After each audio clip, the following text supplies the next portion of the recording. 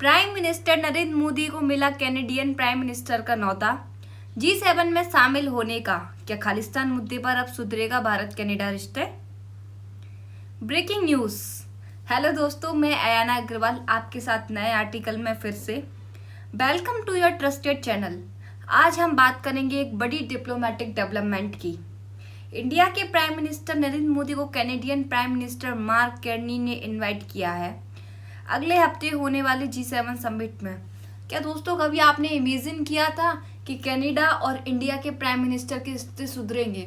भारत के अंदर जो टेररिज्म चल रहा है, कनाडा की वजह से उसमें इन्वॉल्वमेंट हो रहा है, ये सारी चीज़ें उथल पुथल हो चुकी थी।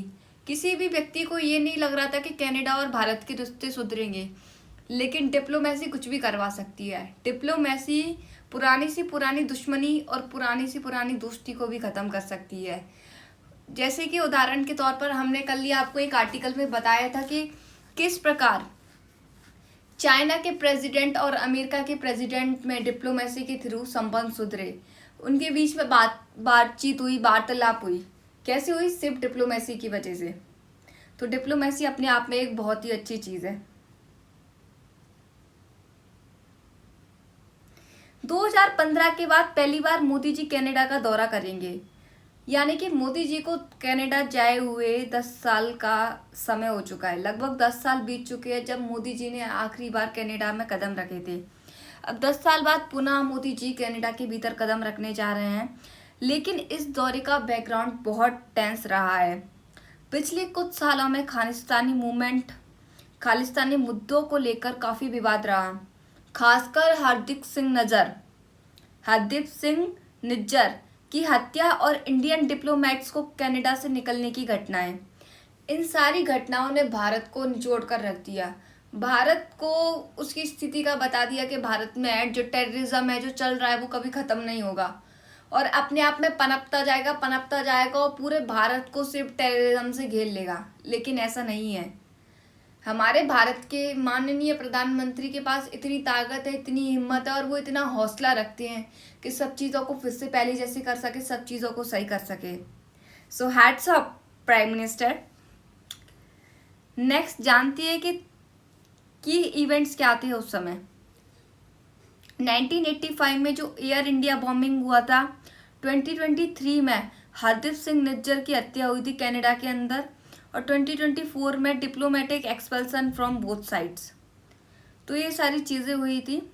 एंड इसके बाद जानते हैं कि मोदी जी की यात्रा पॉजिटिव संकेत क्यों मानी जा रही है। ये यात्रा पॉजिटिव संकेत इसलिए मानी जा रही है क्योंकि इसमें दोनों देशों के बीच रिश्ते को फिर से रिन्यूड विगोर मिलने की उम्मीद है। सिर्फ पॉलिटिक ही नहीं बल्कि लोगों के बीच संबंध, बिजनेस टाइज और सिक्योरिटी कोऑपरेशन जैसे मुद्दों पर चर्चा रहेगी। इनसे सारी चीज़ों से भारत और कनाडा दोनों कंट्रीज़ को ही लाभ होगा।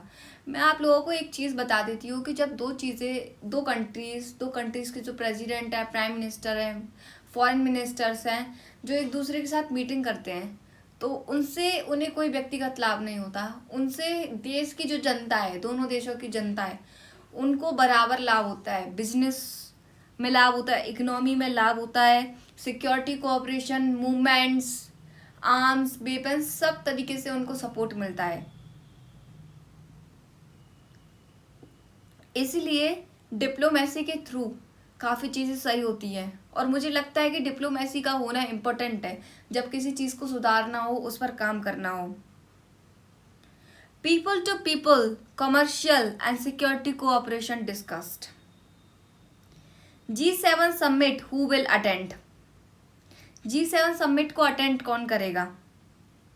G7 में इस बार मोदी जी को मिलेगा मौका दुनिया के बड़े लीडर से मिलने का, जैसे कि US president Donald Trump, UK prime minister, Japan prime minister, Germany chancellor और इटली जॉर्जिया मेलोनी, जिनसे मोदी जी की पिछली बार भी मुलाकात हुई थी। Political signals and future possibilities. Canada का ये इनवाइट दिखाता है कि दोनों देशों के बीच टेंशन को कम करने की कोशिश की जा रही है। खालिस्तान मुद्दा भी फिर सेंसिटिव बना हुआ है, लेकिन शायद दोनों देश अब डायलॉग और म्यूचुअल रिस्पेक्ट के रास्ते पर चलना चाहते हैं। तो दोस्तों, क्या मोदी जी का कनाडा दौरा इंडिया कनाडा के रिश्ते में नई शुरुआत साबित होगा? क्या खालिस्तान जैसे विवादों को पीछे छोड़कर एक नया डिप्लोमेटिक शुरू होगा? कमेंट में बताइए आपके क्या विचार हैं। क्या ये विजिट टेंशन कम करेगा या सिर्फ एक सिंबॉलिक स्टेप है? Thank you for watching. अगर आपको वीडियो पसंद आए तो लाइक, शेयर और सब्सक्राइब कीजिए, अपने दोस्तों के साथ साझा कीजिए। मिलते हैं फिर से ऐसी नई जियोपॉलिटिक वीडियोस में।